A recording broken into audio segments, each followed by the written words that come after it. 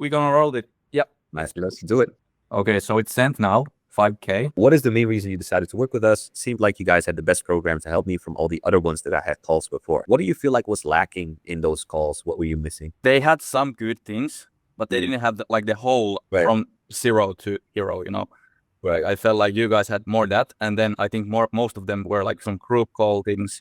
I was really not like interested in those. Thanks so much. Huge value on the call. Just perfect call for this evening. Like Reporting live from Dubai with the biggest in the world. Let's talk a little bit about client acquisition in 2025 and all the changes that have been made, all the patch updates, all the notes, all the, rewirings of the matrix, in comparison to 2024. So what you will notice right now in 2025, where the market is shifting towards, is back to, funny enough, webinars. And also the biggest currency right now in 2025 is trust. I've been studying and I've been in this space for the last couple of years, and I've seen the different changes that people have gone towards. I'm actually from the era of like literally Tai Lopez launching his first ad of Here in My Garage. So I was actually the person that was seeing that ad, then clicking it, and then wondering whether I should buy the 67 steps or not. Right? So I have seen a very long, cycle of different iterations in the info space. So in 2025, the biggest currency you will have, you'll be able to build is trust. Because people have seen all the outreach messages, they've seen all the big promises, they've seen all the offers. And so like 2 years ago where we had $100 million offers from Alex Hormozi, it's no longer enough to have a guarantee with bonuses and a risk reversal. This is no longer what is getting people triggered, because people have experienced it, they've bought into that, and they've been hurt. So what happens when people do that is it creates a psychological trigger where it's basically like conditioning, right? So there's classical conditioning and operant conditioning. Now, these are concepts from psychology, behavioral psychology. You don't necessarily need to know, in detail what these are, but essentially it's the idea that you can train somebody by linking a certain stimulus to a certain result. Whereas if literally I ring a bell and I punch you in the face, after a while, if I ring the bell, you're instantly going to cower in fear, even though I don't punch you in the face, right? And this is literally what is happening with high ticket programs, because so many people buy the program from somebody that has no experience. So there's people like me who have been in the space for years. We've built skills, we know what we're doing, and you buy our program and you get extremely good help. We help you do your whole service delivery, fulfillment, offer restructuring, appointment booking, qualification, pre-selling. We help you build your VSL and all that stuff. But there's also people who came into this space literally last year, saw a couple videos, saw, oh my God, people are making $10,000 per month selling info or selling like an agency. And then they just decided, I'm now an agency, right? I came all the way from, starting at a call center, getting my first sales experience, then standing on the floor in like shops, selling phones. Then from there on, doing my first appointment setting for $100, six-figure company, appointment setting for a seven-figure company, eight-figure company, closing for these companies, and then growth operating, starting to do paid ads, run these ads, test, refine, work with these companies for a very long time, get it to be profitable. And then at some point I started thinking of, hey, I can create my own offer where I'm doing more like either a done for you, or I'm doing more one-on-one, or I'm doing more consulting. But what most people nowadays do is they see something on YouTube, they see somebody like me, they have never done a sales call in their life, they've never done a cold call in their life, and they're like, this guy makes a lot of money. I want to make a lot of money. I am now a scaling specialist. I now run a done-for-you agency. I'm now a one-on-one consultant, right? So what happens then is they start these offers, they start getting a couple clients, because yes, there's still a lot of people that you can just bamboozle, even if you have zero experience, zero skill. And then these people get your service and they're like, damn, this was awful, right? This guy promised me with 30 qualified appointments every single month with paid ads. And now essentially I just spent $4,000 on ads and I did get like 6 appointments. Right? And it's totally terrible. And these people now develop this innate fear of like, I've worked with this agency, I've worked with that coach, and it's all crap, it's all garbage. And you notice this a lot in chats and messaging, right? People will literally say to you, I don't want to hop on a call. I don't feel like hopping on these calls. I don't really like these calls. I've been on these calls before. And they know the pattern, especially now if you come with the same script as everybody else. So what we completely changed, and what I'm completely changing, is the way I sell has been completely different from everything I used to do on sales calls.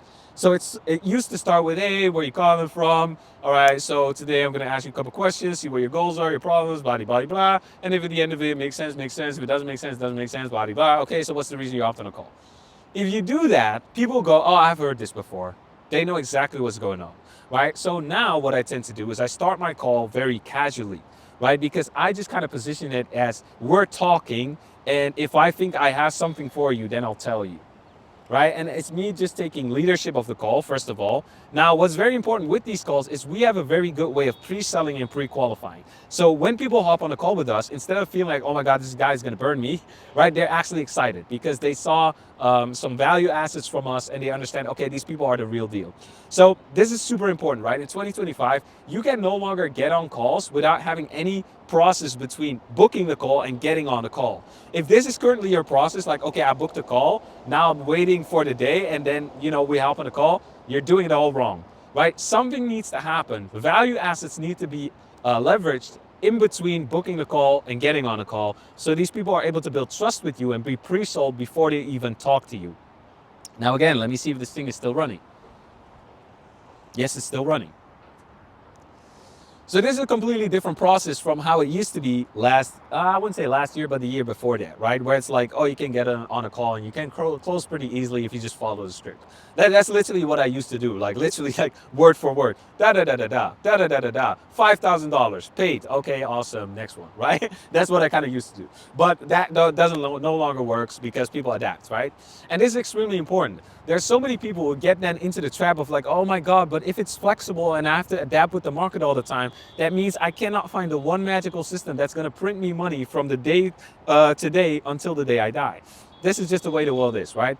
Everything constantly adapts, everything constantly evolves. What is today doesn't work anymore a year from now or 2 years from now. So you constantly need to change. You need to level up. You need to understand, hey, the service, the market, the conditions, the environment, it all changes constantly, right? What worked yesteryear doesn't work new year and whatever the fuck. Anyways, so sales calls are now about a lot answering questions, actually. Funny enough, what I do in a lot of sales calls right now is I let them ask the questions, but I'm still steering the conversation. So I'm not going to let them just randomly question me and then try to qualify them and throw weird objections. What I do now is just, I say, what kind of questions do you have for me about this? Right? And I'll say something like, oh, about the process or about the specific value we have or about my past, right? And then I have answers for everything. So essentially, at the end of it, they no longer have any questions. So if I then pitch them my service, they can't really do any objections because I already answered everything. If you question me and I answer everything in a legit way, you cannot doubt me. There's no distrust because I answered everything. The reason why all these people are not converting on their sales calls, because as soon as the prospect tries to test them and starts to qualify them, they no longer know what to say. So actually, what has been your journey in this space? So basically I saw a video of Iman 1 year ago and he said, start an agency. And then I started an agency. Yeah, bro, if I hear you say that, I know exactly who you are. I know exactly what kind of results you're going to get me, right? So I'm not going to buy. So this is the important difference, right? In the way I'm doing my sales calls right now, it's a lot more, hey, I ask you a couple questions, right? But not in the way of like, hey, guy, so what caused you to hop on the call today? No, I'm going to ask you very specific, very detailed questions that you feel like this guy really knows what he's talking about, right? The questions will be so specific that you're even being sold just because I have good questions. Then what I'll do is I'll ask you, all right, so what questions do you have for me? And then you'll start thinking, oh, what questions does I have? You start questioning me. I start answering everything like you want me to answer. Now you're like, shit, this guy, he has such good questions. He has good answers. Everything seems legit. He doesn't, fall apart anywhere where I ask him or qualify him. And if I do have an objection, he handles it very easily. So what do I do now? And then, because I already know you're on this call because you like the service I offered you, then you're sold. It's that easy. So the closing process in 2025, what you want to move towards is value plus selling. Right? And this is the important difference. There's a lot of people who do only selling, right, which used to work, but nowadays it gets you a lot of distrust. And then there's people who only do value, and that doesn't sell either, because what happens then is that your prospect feels like, all right, I can do it myself now. Thanks for all the tips. I'm going to try it by myself, and I'll talk to you again when I feel like it. That way you don't sell, right? So we want to move somewhere in between where while we're selling, we're giving value, and while we're giving value, we're selling.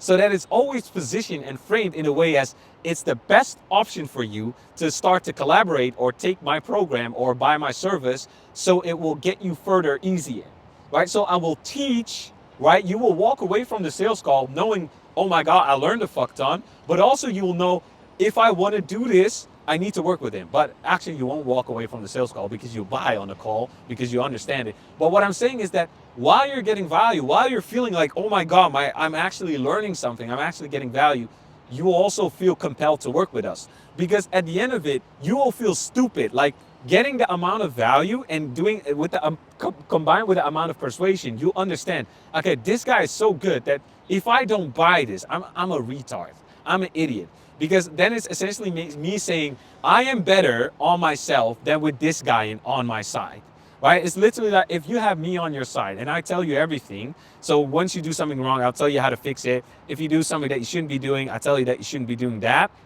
You instantly win faster, you'll make more money, you'll get more clients, you'll deliver a better service, and you'll feel more fulfilled, you'll feel more happy, and you'll feel more proud of yourself. So which person is then going to be like, yeah, let me try by myself, and then feel miserable, question my every step, doubt myself every week because I'm not getting enough leads, then start to doubt myself on the sales calls because I know my fulfillment is kind of shitty. And then if I do get a lot of clients, now I'm so full to the ceiling with clients that I don't even know how to do my marketing anymore. So yeah, let me just try by myself. It doesn't make any sense. So this is the new way of selling, right? It's no longer just value or just selling. It's now you educate while selling. I hope you get that. All right, I think that's enough for today. See you guys on the flip.